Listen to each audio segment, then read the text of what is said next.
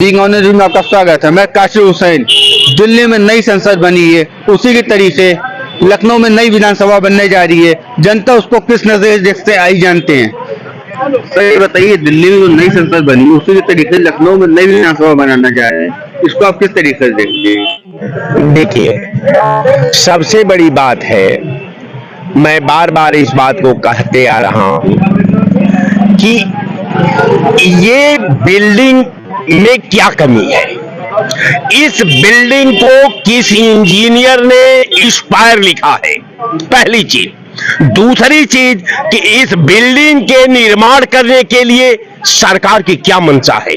और तीसरी चीज ये कि क्या सरकार के पास इतना पैसा है कि वो जो सार्थक चुनौती उत्तर प्रदेश के सामने है, जो किसानों की चुनौती है, जो बेरोजगारों की चुनौती है, जो महिलाओं की चुनौती है, या तमाम पढ़े लिखे लोगों की चुनौती है, शिक्षा की चुनौती है, कल कारखाने की चुनौती है, आप जितने में ये हजारों करोड़ रुपया में ये बिल्डिंग बनाएंगे, उतने में 1000 करोड़ रुपया में उत्तर प्रदेश के अंदर, पश्चिमी उत्तर प्रदेश से लेकर के पूर्वांचल तक आप 10 वो कारखाना का निर्माण करा देंगे और उस 10 कारखाने में लाखों लोग, लाखों परिवार का जीवन यापन हो जाएगा।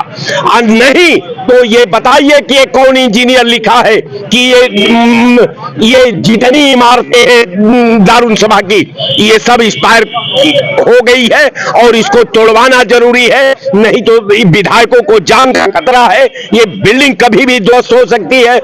अगर नहीं है तो सीधी बात है साहब कि कहीं पर निगाहें कहीं पर निशाना। आप बिल्डिंग तोड़वाएंगे, तोड़वाकर नया निर्माण कराएंगे, इसी तरह आप करते आए हैं। आप कोई ये नई बात नहीं है।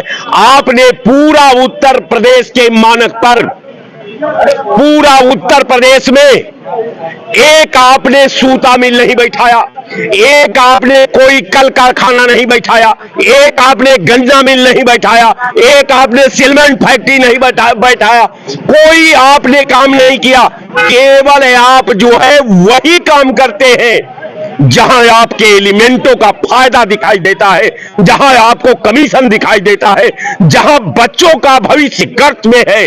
हमारा 25 साल से लेकर के अब 35 साल के नौजवान आज एज से, भविष्य से इंस्पायर हो चुके हैं। उनके बारे में आपके पास कोई कसक नहीं, उनके बारे में आपके पास कोई योजना नहीं, उनके बारे में आपके पास कोई प्लान नहीं।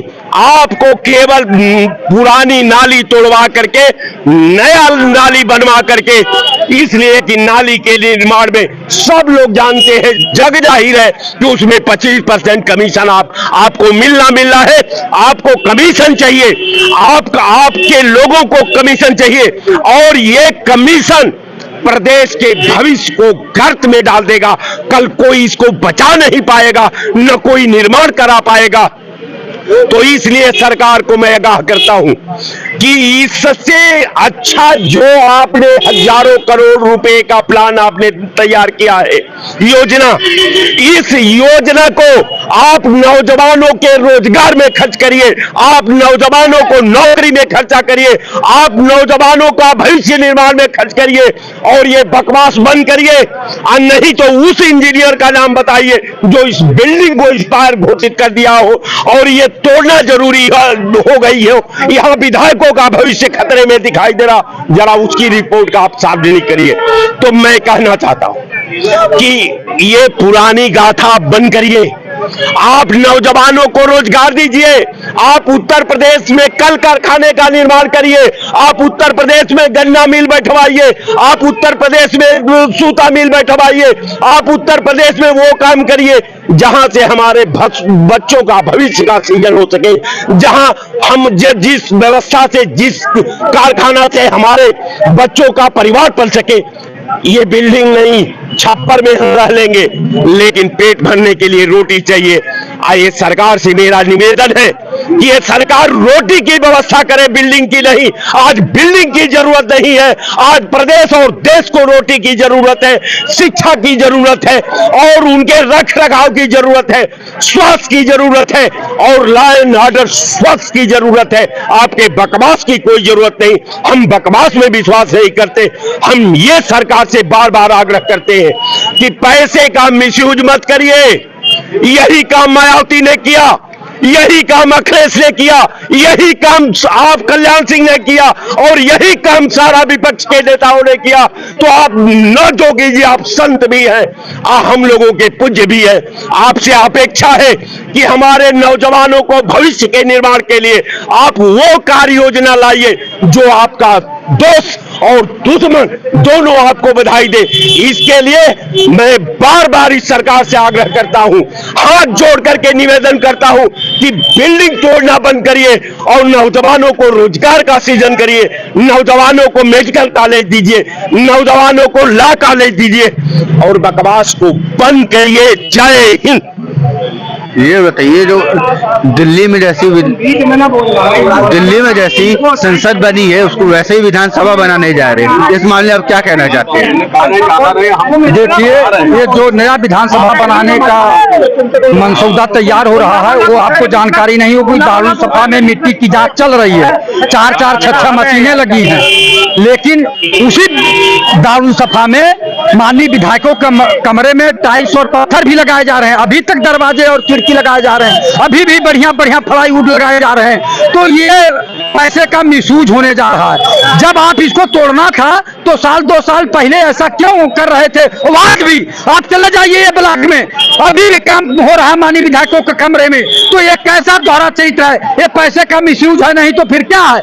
यहाँ शिक्षा की जरूरत है, यहाँ स्वास्थ्य की जरूरत है, यहाँ रोजगार की जरूरत है, उसमें सरकार नहीं कोई कार्रवाई कर रही। यहाँ कल कारखाने खोलने चाहिए, यहाँ बड़े बड़े अस्पताल खोलने चाहिए, बड़े बड़े विश्वविद्यालय खोलने चाहिए और जो शिक्षा फ्री करनी चाहिए, समान शिक्षा का अधिकार देना चाहिए, उस पर सरकार कोई काम नहीं कर रही है। माननीय मुख्यमंत्री जी से मैं आग्रह करूंगा, निवेदन करूंगा, विनती करूंगा कि जो 24 करोड़ या 28 करोड़ उत्तर प्रदेश की जनता है, उनकी तरफ से मैं आपसे आग्रह करता हूं कि ये विधानसभा बनाने की अभी कोई जरूरत नहीं है। अभी जो है गरीब जनता को, बेसहारा जनता को आप शिक्षा, स्वास्थ्य, रोजगार देने का काम करिए। आप पूजे जाएंगे, नहीं तो यहाँ की जनता कभी माफ नहीं करेगी। चूंकि ये स्थिति है, यहाँ की जनता बेबसी, लाचारी, भुखमरी में जी रही है। 99.8% गरीबी, बेबसी, लाचारी में जी रहे हैं। केवल 0.2% आदमी अमीर हैं, उनको रोका जाए। कितनी असमानता हो रही है, कितनी असमानता हो रही है। ये देश में जो खाई बढ़ती जा रही उसको रोका जाए। माननीय मुख्यमंत्री जी से निवेदन है कि इस पे विचार करें, चिंतन मंथन करें और इस तरह का पैसा जो फजूल खर्ची करने जा रहे हैं उसको रोका जाए। नहीं तो ये जनता कभी माफ नहीं कर रही, आने वाली औलादें भी नहीं माफ करेंगी। चूंकि बेतहाशा जनता बढ़ती जा रही है, उस पर कोई कार्यक्रम नहीं हो रहा है। सबसे बड़ी बात है कि जो जनता है, जो बच्चों का रोकथाम है, उस पर भी अमल नहीं हो रहा है। जनसंख्या बढ़ती जा रही, जनसंख्या पहले रोकने का भी उपाय किया जाए, नहीं तो एक दिन वो नौबत आ जाएगी कि जनता में जो आक्रोश पैदा हो जाएगा और जो करोड़ों करोड़ लूट के बैठे हुए हैं, वो यहाँ के एमपी लूट के बैठे हुए हैं, एमएलए लूट के बैठे हुए हैं। एक एमपी के पास 4-4 फॉर्चूनर है, एक एमएलए के पास 4-4 फॉर्चूनर है। ये कहां से आया, किसके नाम है, इसकी जांच होनी चाहिए। एक आईएएस के पास लखनऊ में फ्लैट है, देहरादून में भी फ्लैट है, नोएडा गाजियाबाद में फ्लैट है या मकान है, कोठी है। तो इनकी जांच होनी चाहिए, इनकी संपत्तियों की जांच होनी चाहिए। चाहे इंजीनियर हो, चाहे सिंचाई विभाग को पीडब्ल्यूडी का हो या स्वास्थ्य विभाग का हो या निर्माण निगम का हो, इनकी संपत्तियों का जांच हो, तब जाके भारत जो सोने का चिड़िया बनेगा। नहीं तो ऐसे लूटपाट होती रहेगी और जनता त्राही त्राही करती रहेगी। जनता तो बेबसी, लाचारी में जी ही रही है। इसलिए मैं मोदी जी से वार्ता करता हूं कि इस पे विशेष अमल करें। सारे एमएलए की निधि की जांच कराएं, किसके स्कूल में दिए, कहां दिए और 4-4 फॉर्चूनर कहां से आई और इनके तमाम मकान लखनऊ में, नोएडा, गाजियाबाद गाजियाबाद में, देहरादून में कैसे बने हैं, तब जाके देश प्रदेश में खुशहाली आएगी, नहीं तो खुशहाली आने वाली नहीं। भ्रष्टाचार हुआ है। एक सेकंड भैया, ये अभी भाई साहब अभी कह रहे थे 8 साल में देश को जिस स्थिति पे 9 साल में मोदी जी ने पहुंचाया है, तो जो टूटू होती थी हिंदुस्तान की, और ये सारा जो कुछ है हिसाब किताब सब 8 साल 9 साल में बिगड़ गया। 60-70 साल से भ्रष्टाचार के ऊपर बेटा, हर कोई ऐसा विभाग नहीं, कोई ऐसा बच्चा नहीं जिसके ऊपर ना हो, और सिर्फ जात की राजनीति हुई, जात की राजनीति करके, वोट की राजनीति करके 91 में मंडल कमीशन की रिपोर्ट लागू हुई, आज तक पिछड़ा वर्ग का कोटा नहीं भरा गया, कहे नहीं भरा गया, आज तक आगे 91 से मोदी प्रधानमंत्री थे, पिछड़े वर्ग के सारे होते क्यों नहीं कोटा भरा गया, ये कोई बात नहीं करने वाला। और जो बड़े बड़े लोग हैं, जो पिछड़े में बड़े बड़े लोग हैं, वही पिछड़े का हक खा रहे हैं हर बिरादरी में। यहाँ पे वो बात नहीं हो रही, यहाँ पे बात हो रही है जो नई संसद बनी है उसी को देखते हुए लखनऊ में भी नई विधानसभा बन रहा है, उस मामले में आप क्या कहना चाहते हैं? तो नया लोक भवन नहीं बना और नई जेल नहीं बनी तोड़ करके, और जेल नहीं, पुरानी जेल तोड़ करके वहां पे पार्क नहीं बना। तो सारी सरकारों में सरकार समय के हिसाब से सारे अधिकारी या नेता अगर उसमें रहेंगे उस हिसाब से परिवर्तन करती, जैसे कोई 100 साल की हो गई बिल्डिंग उसको निष्प्रभ घोषित कर दिया गया तो उसको टूटना चाहिए। अभी रेलवे की कॉलोनी में क्या हुआ कोई नहीं जान रहा था, बेचारे 5 लोग उसी में मर गए, ऊपर से छत 20 से गिरी, कोई बगल वाला भी नहीं जान पाया। तो ये कहाँ था, ये तो इस देश की विडंबना है कि इन नेताओं ने यहाँ की जनता को जात में बांट करके और उनका शोषण किया। अब मैं बताता हूँ भाई साहब पूरी बात। वैसे ये बताइए, नए सदन बना है उसको देखते हुए जो लखनऊ विधानसभा बन रही है उसको मामले में आप क्या कहना चाहते हैं? पहले तो मैं अभी जो दिल्ली में नया संसद बना है उसके लिए मैं कांग्रेस को बहुत बहुत बधाई देता हूं। उन्होंने एक तीर से 2 निशाने लगाए हैं, एक तो आरक्षण बिल पर समर्थन देके, और दूसरा पूरे का पूरा विपक्ष नए सदन में पहुंचकर उसने ये साबित किया है, नरेंद्र मोदी पर एक कटाक्ष किया है कि अभी देश में लोकतंत्र जिंदा है, अभी देश में लोकतंत्र मरा नहीं है। इसलिए विपक्ष ने वहां पे जो अपनी एंट्री करी है उसकी वजह से उसने नरेंद्र मोदी को यह एहसास किया कि जिस तरीके से तुम लोकतंत्र की हत्या कर रहे हो, हमारा देश ऐसा नहीं है, हमारे देश में भी उसकी प्रतिष्ठा बनी है और पूरी दुनिया में यह मैसेज गया है कि हिंदुस्तान में आज भी लोकतंत्र जिंदा है। इसीलिए विपक्ष सारे के सारा नया सदन में पहुंचा है। और दूसरा एक बता दूं, जो सोनिया गांधी और गठबंधन ने जो फैसला लिया पक्ष में, मैं उसका स्वागत करता हूं, क्योंकि मुझे मालूम है नरेंद्र मोदी की नीयत और नीति में, वो तो अगर आप नहीं पहुंचते तो भी वो ये कह देता कि विपक्ष आया नहीं, हम तो करना चाहते थे, कहीं ना कहीं विपक्ष को तोड़ने या उनको नुकसान पहुंचाने की कोशिश करता। मगर गठबंधन की इंदिरा गांधी, सोनिया गांधी और गठबंधन की दिमाग की उन्होंने इस तरीके का समर्थन करते हुए नरेंद्र मोदी के मुंह पे ताला लगाने का काम किया है। क्योंकि अगर विरोध होता और मान लीजिए अगर ये नई संसद में भी नहीं जाते तो जिस तरीके से देश और दुनिया में हमारा अपमान होता, उससे भी हम बचे। तभी मैंने कहा एक तीर से 2 निशाने लगाए हैं। मैंने आप सभी के चैनल पर यह कहा था देश में कुछ 18 से 22 तक कुछ बहुत बड़ा घटित हो सकता है, मगर ये तो फुस-फुस पड़ाका निकला नरेंद्र मोदी। उसने क्या किया, संसद का उद्घाटन किया और आरक्षण एक बिल ले आया, 5 दिन में करोड़ों रुपए देश का चला गया और नतीजा फुस-फुस। इससे अच्छा तो जो पीछे सदन चला था उस पर कर लेते या आगे कर लेते। जो नया दोबारा सदन जब ड्यू होता है, वो ड्यू सदन में आप अपने इस नए संसद का 2 साल से साला पड़ा हुआ बन के, साल भर से ऊपर बन के पड़ा हुआ है, और थोड़ा सा इंतजार कर लेते, 2024 तक कर लेते, जब तक करते तुम सदन जो शीतकालीन सदन था उसमें शुरुआत कर लेते। क्यों अभी देश का करोड़ों रुपए जनता का फूका तुमने, है ना? तो ये देश की, मगर इसको कुछ नहीं है, इसको देश की जनता से कुछ नहीं है, ये सिर्फ एक अपने प्रोपेगेंडा प्रचार के माध्यम से ये नई संसद में गया तब भी इसने प्रचार को मुद्दा बनाया। जब ये पहले दिन वहां गया तब भी इसने प्रचार प्रसार किया, पार्टियों की योजनाओं को बताया और कितना पुराने कर चुके। ये सिर्फ एक झूठेबाज बंदा है और कुछ नहीं है।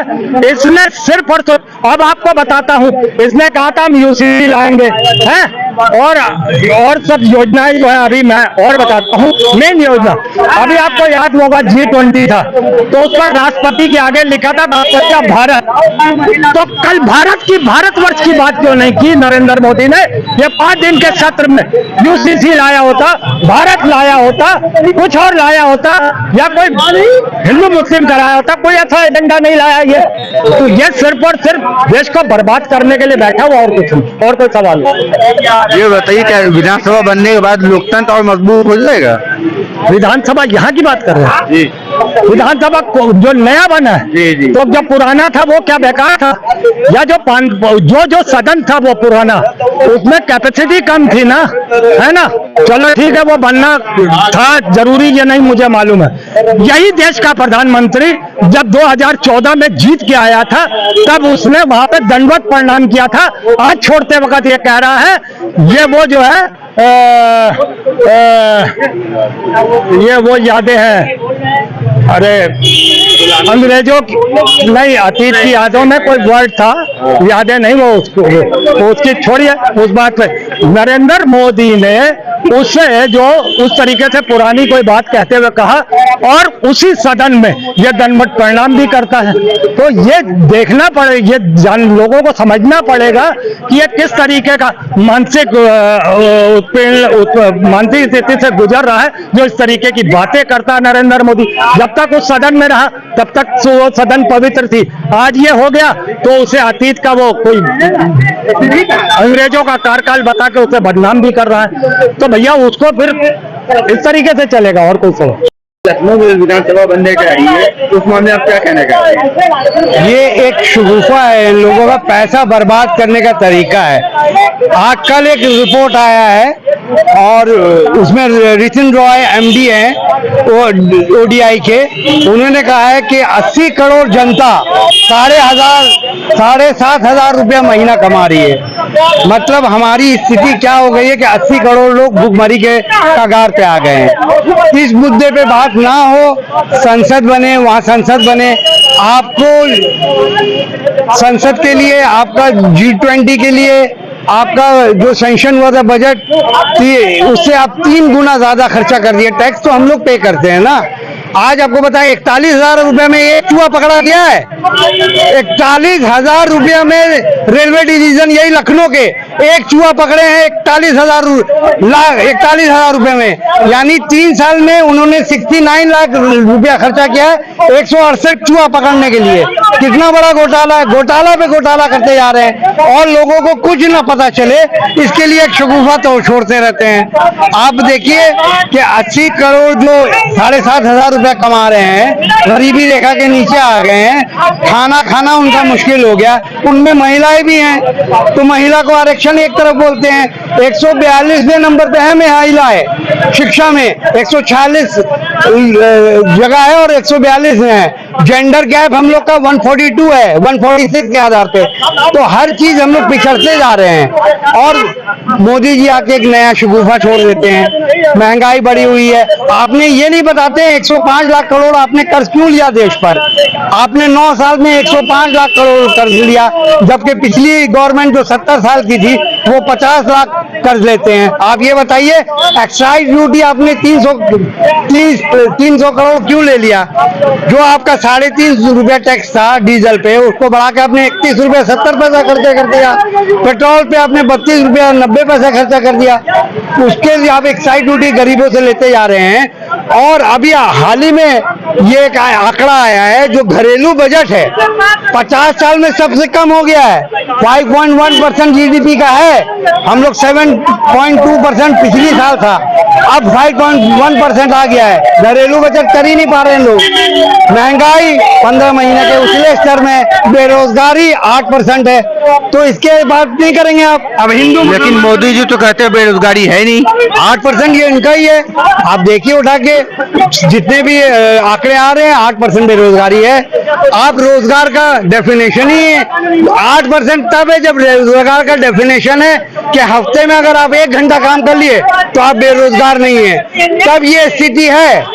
अगर हफ्ते में आप 1 घंटा काम कर लोगे तो आप बेरोजगार नहीं होगे, उसके बावजूद 8% है, तो बुरा हाल है। ये हिंदू मुसलमान करते हैं, नया संसद बना देंगे, लखनऊ में सिर्फ शगुफा और सिर्फ एक जुमलाबाजी करते हैं। हारना इनको निश्चित है, इंडिया इस बार हारेगी। क्या आपको क्या लगता है कि चुनाव जो लड़ेंगे उस पर क्या मुद्दे को लेकर लड़ेंगे? मुद्दा ही नहीं इनके पास। हिंदू मुसलमान होगा, सनातन धर्म होगा, और ये नया G20 होगा। G20 में आपने 3 गुना खर्चा कर दिया, ये नहीं बता रहे आप। ये तो एक लंबा घोटाला है ना। 1000 करोड़ था, आपने 100 करोड़ कर दिया खर्चा, तो इसमें ये लड़ ही नहीं सकते। ये बहुत, इनके पास कोई मुद्दा नहीं है, कोई काम ही नहीं किया इन्होंने। तो इस बार ये हारने वाले हैं पक्का, 100% है। जनता खिलाफ है इनके, गठबंधन से कोई मतलब नहीं, पर जनता इनके बहुत खिलाफ है। उनको एक विकल्प चाहिए था और इंडिया के रूप में इनको विकल्प मिल गया। ये बताइए, दिल्ली में जो संसद बनी है उसी की तरह विधानसभा बनने जा रही है लखनऊ में, उस मामले में आप क्या कहना चाहते हैं? देखिए, हमको नहीं लगता है कि अभी विधानसभा बनाने की आवश्यकता है लखनऊ में, क्योंकि संख्याएं नहीं बढ़ी हैं, संख्या तो भी वही है, तो उनको बैठने के लिए जगह तो बहुत सारा है। हम ये कहना चाह रहे हैं, अगर सरकार बनाना चाहती है तो बहुत सारे खर्च विधायकों के निवास पर, मंत्रियों के रहने के निवास पर खर्च हो रहा है। 5 कालिदास मार्ग जो है उस पर कई बंगले हैं सरकारी, जिसमें मंत्री लोग और उप मुख्यमंत्री जैसे लोग रह रहे हैं, अखिलेश यादव जैसे लोगों का ट्रस्ट लोहिया बाहिनी जैसा बना हुआ है। अगर सरकार करना चाहती है तो उन 5 बंगलियों को तोड़ करके क्यों नहीं वहां पर विधायकों का एक वो बना देती है, कॉम्प्लेक्स बना दे, और नीचे 1 और 2 फ्लोर पर सारे विधायकों को एक कमरा ऑफिस बनाने के लिए दे दे, बाकी सबको एक कमरा लैट्रिन बाथरूम किचन रहने के लिए बना दे। तो उससे क्या होगा, बिजली का खर्चा बचेगा, ज्यादा सिक्योरिटी का खर्चा बचेगा, बहुत सारे फायदे होंगे। सरकार विधानसभा नया बिल्डिंग बनाने के बजाय विधायकों को एक जगह रहने के लिए बना दे। जितने बाहर उत्तर प्रदेश में IAS या बड़े ऑफिसर्स हैं लखनऊ में रहने वाले, उनके लिए ये जैसे अपना दारुल शफा है या गवर्नर हाउस है, भाई 7 किलोमीटर के इर्द गिर्द में एक व्यक्ति गवर्नर रहता है और उस पर कम से कम 1000 आदमी सिक्योरिटी रहता है। तो ये खर्चा बढ़ाने के बजाय गवर्नर के लिए थोड़ा मकान 2000 स्क्वायर फीट का दे दो रहने के लिए, आसपास सारे IAS IPS बना दो रहने के लिए, जो यहाँ के लोग ब्यूरोक्रेट्स हैं, प्रमुख सचिव हैं, चीफ सेक्रेटरी जैसे लोग हैं, और सबको आने जाने में खर्चे नहीं होंगे। अभी सबको गाड़ियां लेने जाती हैं, ये क्या अधिकारी के पास एक गाड़ी में 4 अधिकारी बैठ करके आ सकते हैं, 3 अधिकारी बैठ करके आ सकते हैं। तो इस तरीके की व्यवस्थाएं किया जाना चाहिए। संसद यहाँ पर विधानसभा भवन बनाने की आवश्यकताएं नहीं है, विधानसभा आवश्यकताएं इसलिए बना रहे हैं, ये उदाहरण देंगे कि साहब अच्छा होना चाहिए, ये इसलिए बनाना चाहते हैं कि जो सिविल कंस्ट्रक्शन होता है, जो भवनों का निर्माण होता है, सड़क का निर्माण होता है, उसमें लागत में हेरफेर की जाती है। 10 लाख का प्रोजेक्ट बताया जाता है, 10 करोड़ खर्च कर दिया जाता है, बाकी 990 करोड़ मतलब 99 करोड़ मिलाकर, अरे जो है 90 करोड़ 99 करोड़ 90 लाख जो होता है, उसको घुमा करके ये लोग क्या करते हैं कि जो है घपले कर लेते हैं, तो उससे समृद्ध हो जाएंगे ये। अगर इनको करना ही करना है, किसानों पर क्यों नहीं खर्च करते? जो किसान बाढ़ और सूखा से मर रहे हैं, जबकि किसान सबसे ज्यादा टैक्स पेयर है भारत का। यहाँ तक कि हर चीज, खाद, पानी, बीज और उसके संयंत्र पर खर्च करता है, जो उस पर टैक्स देता है। उसके साथ ही साथ जो अपना सामान बेचने जाता है उस पर भी मंडी टैक्स देता है। तो सबसे ज्यादा किसानों को जरूरत है लाभ करने की। किसान आत्महत्या कर रहे हैं। पढ़ने वाले बच्चों के लिए स्कूल मॉडर्नाइज किया जाना चाहिए, वहाँ इंग्लिश मीडियम किया जाना चाहिए, वहाँ बच्चों को बैठने के लिए कुर्सी मेज की व्यवस्था की जानी चाहिए, खेल के सामान उपलब्ध कराए जाने चाहिए। जहाँ मेडिकल फैसिलिटी है, गरीब आप गांव में चले, मेडिकल फैसिलिटी नहीं है, 15 किलोमीटर 20 किलोमीटर पर जाकर CHC PHC मिलती है, उसको ठीक किया जाना चाहिए। संसद भवन या विधान भवन पहले जरूरी नहीं है, पहले जरूरी जनता के इंफ्रास्ट्रक्चर पर है, जो उनको मूलभूत सुविधाएं हैं उनको उपलब्ध कराया जाना है। स्वास्थ्य, चिकित्सा, रोजगार, रोजगार, इन सब पर गवर्नमेंट को किया जाना चाहिए। गांव की सड़कें चलने लायक नहीं है। तो मैं सरकार से कहूंगा कि जो है लोकसभा, आप जो विधानसभा उनकी नई बिल्डिंग बनाना चाहते हैं, नया सचिवालय बनाना चाहते हैं, उसकी जगह पर जो मैंने आपके समाचार में अभी कहा है, इस पर ध्यान दें और इंफ्रास्ट्रक्चर भारत के मजबूत करें, ना कि विधानसभा के इंफ्रास्ट्रक्चर को मजबूत करें। मोदी जी तो कहते हैं कि अस्पताल मैंने बनाए हैं। अस्पताल उन्होंने बनाए हैं, ठीक कह रहे हैं, अस्पताल उन्होंने बनाए हैं। का अस्पताल शब्द बनाया होगा कि बहुत सारे बनाए हैं, लेकिन बिल्डिंगें जो है पूर्ववर्ती सरकारों ने बनाया है, चाहे अंग्रेजों की सरकार रही हो, चाहे हमारे कांग्रेसियों की सरकार रही हो, चाहे अटल बिहारी वाजपेयी जी की सरकार रही हो, लेकिन नरेंद्र मोदी के शासनकाल में एक भी अस्पताल ऐसा नहीं बना है जिसमें सुचारू रूप से दवा हो रही है, जिसमें इंफ्रास्ट्रक्चर हो, जिसमें मशीनें हो जांच पड़ताल की। दवा तक तो है नहीं, ये करेंगे क्या? ये बताइए, दिल्ली में जो संसद बनी है और लखनऊ विधानसभा बनने जा रही है, उसको आप किस नजर? सबसे पहले ये सोचना चाहिए कि आम आदमी से लेकर वीआईपी आदमी की जिंदगी में मतलब क्या हो रहा है। जो हिंदुस्तान, जो भारत जैसा एक विकासशील देश है, हिंदुस्तान दाल चावल के रूप में मतलब जाना जाता है। आप खुद सोचिए, महंगाई, बेरोजगारी अपनी चरम सीमा पे है, तो इस तरह का विधानसभा बनाने से क्या फायदा?